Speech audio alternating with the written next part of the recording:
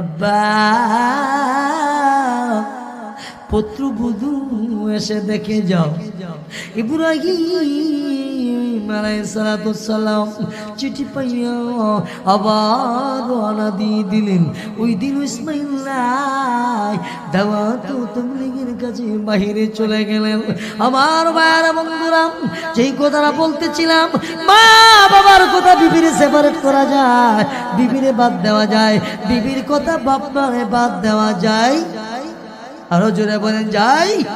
ইব্রাহিম আলাইহিস সালাম আসছে, ইসমাইল বাড়িতে নাই, বাড়ির বাইরে ডাক দিলেন, ইসমাইল বাড়িতে আছো? ভিতর থেকে জবাব হলো, কে গো? ইসমাইল বাড়িতে নাই, দাওয়াত তাবলীগের কাছে বাহিরে চলে গেছে। কবে আসবেন?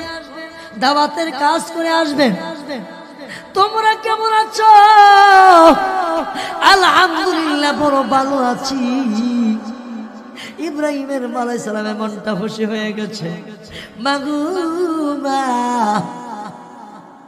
আমি একজন মুসাফির আসছিলাম, গোমা চলে যাচ্ছি, গোমা ইসমাইল আসলে কয়ো। ভিতর থেকে জবাব দিল, আপনি কত নিষ্ঠুর গো, আমাদের পরিচয় নিলেন, আমাদের খবর নিলেন, আপনার পরিচয়টা দিলেন না। মা আমার পরিচয় কোনো দরকার নাই, না না, যতক্ষণ পর্যন্ত আপনার পরিচয় না জানবো এতক্ষণ পর্যন্ত যাইতে দিব না। তখন বলে, বাবু আমি হলাম আল্লাহর খলিল হযরত ইব্রাহিম আলাইহিস সালাম।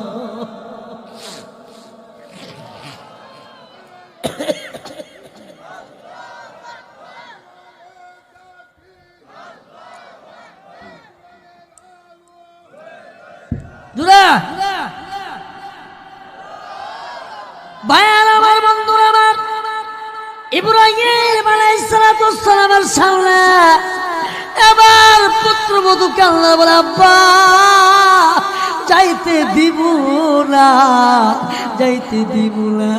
আব্বা গো, স্বামীর কাছে আপনার বড় প্রশংসা শুনি, আপনার কথা শুনি, একটু ঘরে আসেন না, একটু খেদমত করে দেই গো আব্বা। আল্লাহু আকবার। ইসমাইলের স্ত্রী শ্বশুর ইব্রাহিম আলাইহিস সালামকে ভিতরে নিয়ে তুমি হাতদারি করলেন, গোসল করাইয়া আল্লাহু আকবার কাপড় দিয়া পরিষ্কার করে পাথরে দাঁড় করাইলেন। পাথরের মধ্যে ইব্রাহিম আলাইহিস সালামের পায়ের